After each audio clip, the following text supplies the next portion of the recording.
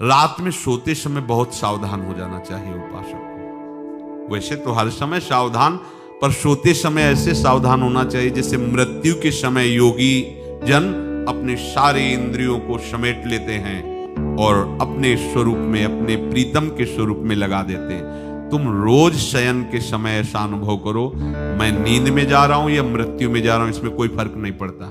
पता नहीं आंख खुले कि ना खुले। कितने ऐसे हैं कि सोते ही रह गए।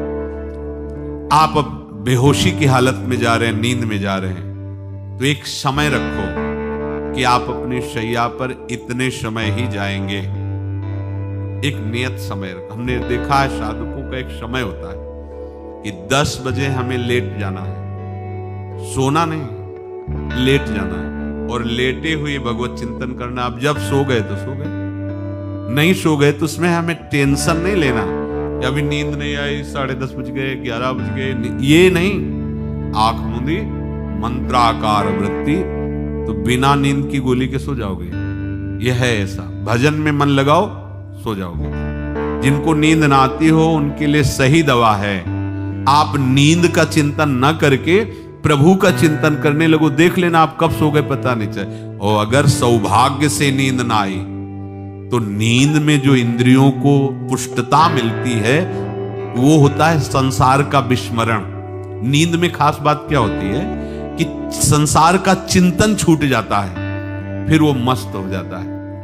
उसमें जो ऊर्जा शक्ति वो जागृत होती है। संसार के चिंतन से ऊर्जा शक्ति नष्ट होती है, तो 4 घंटे 5 घंटे संसार के चिंतन से रहित पड़ा रहा सुषुप्ति में, तो उसे ऊर्जा शक्ति फिर आ गई। और अगर 4-5 घंटे आप प्रभु के चिंतन में रहे तो संसार का चिंतन छूटा, आनंद सिंधु का चिंतन हुआ, तो ये नहीं होगा कि आज रात्रि सोया नहीं तो बहुत टेंशन है, परेशानी। ऐसा नहीं होगा। भीष्म जी आज्ञा करते हैं रात्रौ च कृष्णम। ये बहुत सावधानी की बात, प्रायः इस सावधानी में नहीं रहा जाता। बचपन से सदगुरुदेव भगवान ने यही शिक्षा दी थी, गुरु कृपा से ऐसे उपदेश मिले थे। सोते समय कोई वार्ता नहीं, कोई अन्य चिंतन नहीं, चुपचाप अपने मन को हटाकर केवल इष्टमय करो। कब नींद आ जाती है इसकी चिंता मत करो, इष्टाकार वृत्ति करके ही सोना चाहिए। तो आगे जो लिखा है पुनरुत्थिताय, जब उठो तब वैसी वृत्ति, तो कुछ दिन बाद स्वाभाविक हो जाएगी। स्वाभाविक हो। अपने तो इतना तक देखा है कि जैसे आधा पद में होश रहा और निद्रा आ गई, तो जब चेतना आई तो उसी पंक्ति से, जहां से होश गायब हुआ था, उसी पंक्ति से जागरण प्रारंभ हुआ। ऐसा ही जब ऑपरेशन के समय बेहोश किया गया था तो उनसे कहा था हमें बता देना कुछ मिनट पे, तो उनका हाँ लगाने वाले इंजेक्शन और कुछ ही सेकंड में इसका असर बस। तो जो पद चलाया था, जब होश आया था तो वही पद चल रहा था, मतलब बेहोशी में वो पद अपना अधिकार किए हुए था। ऐसे नींद भी तुम्हारी भजन हो जाएगी, समाधि हो जाएगी, यदि आप सोते समय प्रभु का चिंतन करें। बहुत ही सावधानी की बात है। यदि इस जन्म में परम लाभ लेना चाहते हो तो इस श्लोक को अपना जीवन बनाओ। कृष्ण व्रताः, हमारा जीवन का एक ही व्रत है कि हम अपने प्रीतम का भजन नहीं छोड़ेंगे, अखंड भजन। हमें ये नहीं देखना कि उपांशु मानसी को इसमें कितने गुना, हमें गुना बुना नहीं देखना। हमें अपने प्रभु को बोलना नहीं। भजन में मन नहीं लग रहा, पद गा रहे हैं, जोर जोर से चिल्ला रहे हैं, नाम कीर्तन। हमें अपने प्रभु से जुड़े रहना है। कृष्ण व्रताः कृष्ण मनुस्मरन्तो, हमारा निरंतर स्मरण चले, बस ये प्रयास रखना। जब निरंतर स्मरण की बात कह दी तो फिर आगे कुछ कहना नहीं चाहिए, पर खास बात इसीलिए कहा जाता है कि आप समझ जाओ। रात्रौ च, जब कोई भी ब्रह्मचारी, कोई भी उपासक, कोई भी बैरागी त्यागी महात्मा सोते समय असावधान हो गया तो उसकी रात्रि बहुत गलत जाएगी। खास जब आप सैया पे शयन करते उस समय असावधानी हुई तो विकार छा जाएगा, ध्यान रखना। आपका चिंतन गलत हो जाएगा, आपकी चेष्टा गलत हो जाएगी। जागृत में ना सही तो स्वप्न में। आप सावधान उस समय जरूर रहिए और उतना ही विश्राम कीजिए जितना आवश्यक हो।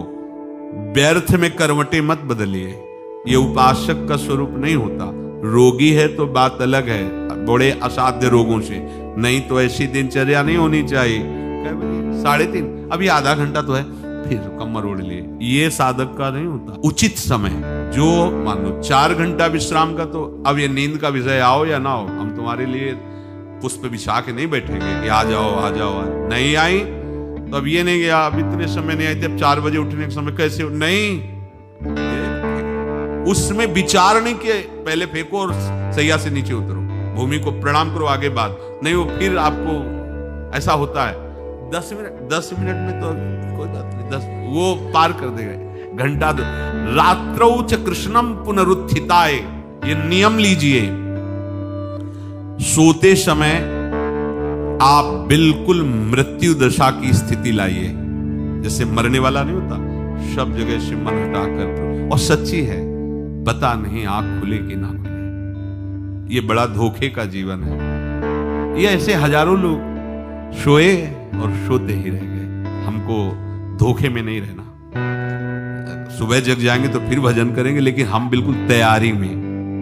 तो जब ये था कि किडनी कभी भी फेल हो सकती, तो हमें ज्ञान तो था नहीं ऐसा उस समय, तो हम रात्रि में जब शयन का सो, कपड़े कौन थे, कोई पैंट शर्ट थोड़ी थे, सब हटा चला, ऐसे रज लगाई, राधा वल्लभ जी को ऐसे बांधा, चरणामृत लिया, पूरी तैयारी में, क्योंकि पास कोई था नहीं। तो ये होता था कब मर जाए, कैसे बताएं कितना सुख, एकदम युगल चरणारविंद में तदाकार वो।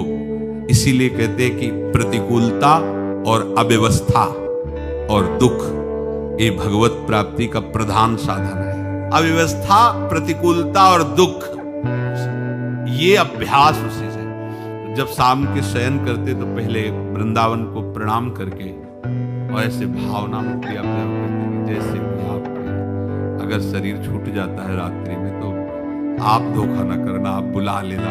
और कैसे बताओ उस समय कैसे भाव होते थे, पास नहीं, कोई सुविधा नहीं, 1 रुपया नहीं, तो एकदम दैन्य था, एकदम कितना सुख मिलता, वो एकदम केवल भगवद आश्रय।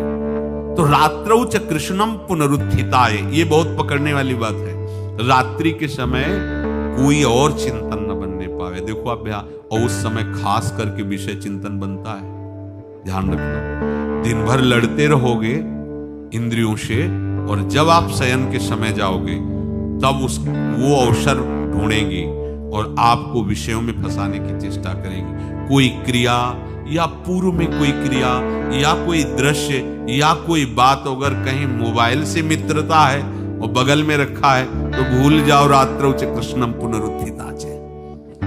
जब तक नींद नहीं आती तब तक फिर वो ऐसी सामग्री डाल देगा कि वो बर्बाद हो जाओगे। साधक मान लो, हमारी प्रार्थना मान लो, हम मानते हैं कि आज के समय में यंत्र का बहुत बड़ा प्रभाव है। अब यंत्र का प्रभाव देख लीजिए, ये छाती पे मोबाइल होगा, यही धड़कन के साथ वो घंटी बजे और ऐसा भगवान का खेल रचा है। और इसमें सबसे खतरनाक बात है कि आप जो चाहो देख सकते हो, जहां चाहो, जैसे विश्व की पूरी बात, पूरा विश्वात्मा है, ये विश्वात्मा स्वरूप है, सर्च करो देख। अब अगर साधक सावधान नहीं है तो समाज में तो ऐसे कट गया। अब एकांत में जब शयन के समय गया, उस समय मन आपको फंसाने की चेष्टा। प्रार्थना है, अगर आपके पास मोबाइल हो तो एक उसका समय रखो। अगर आपको ऐसा लगता है कि कोई परिस्थिति आ जाए, हम स्विच ऑफ किए, तो एक और मोड कहते हैं, कोई फ्लाइट मोड दो, क्या मोड में लगा दो, सीधे मत रखो, मोड में लगा दूर रख दो। आप अपने चित्त को प्रभु में जोड़िए। रात्रि के समय मोबाइल का प्रयोग मत कीजिए। मान लीजिए रात्रौ च कृष्णम पुनरुत्थिताय, सुबह उठते ही आपको कुछ चिंतन नहीं करना। सबसे पहले उठते ही, यदि आपके अभ्यास में आ गया तो ऐसा ही होगा, नहीं तो आपको पहले सदगुरुदेव भगवान का प्रणाम नमस्कार और कुछ भक्तों का, और फिर नाम जप, भले 5 मिनट ही करो, अपने आराध्य देव का सुमिरन, फिर अपनी दिनचर्या करो।